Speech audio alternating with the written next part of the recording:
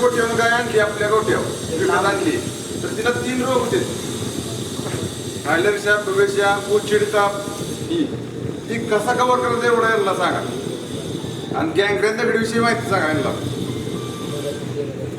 दगडीविषयी तर भरपूर चर्चा झाली. गँग्रेनविषयी माहिती सांगा.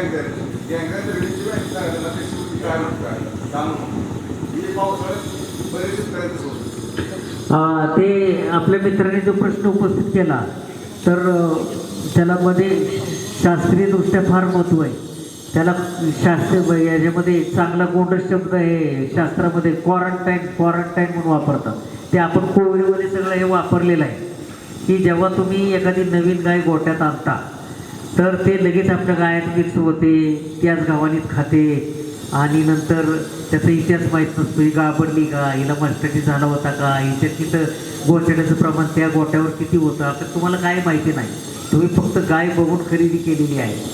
तर अशी गाय जेव्हा तुम्ही खरेदी करता तर गाई अगदी तुमचा गोठाही फार किमती असतो, आणलेली गाई तुम्ही किमती असते.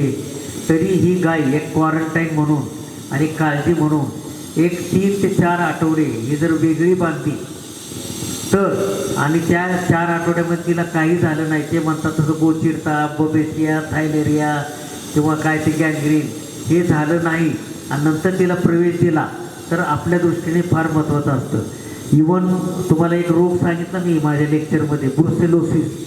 तर ही गाय गाभणलेली असते आणि वारंवार गाभणत असते आणि असे लोक हे आपल्या दुसऱ्याला विकतात गाय गाभण राहिल्यानंतर. तर अशी गाय मात्र आपल्या गोठ्याला फार धोकादायक असते. तिथं आपल्याला काहीच गाभण्याची इतिहास माहीत नसतो. तर ब्रुसेलोसिस चेक करणंही फार महत्त्वाचं असतं. पण अशी गाय जर तुम्ही विकत घेतली आणि फार मोठा गोठा असेल तुमचा 10 गायापेक्षा मोठा तर गाय कुठली नवीन घेतली तरी तिथं रक्त तपासून ब्रुसेलोसिसचा आजार हिला झाला होता का नाही ते टेस्ट करून मिळतं.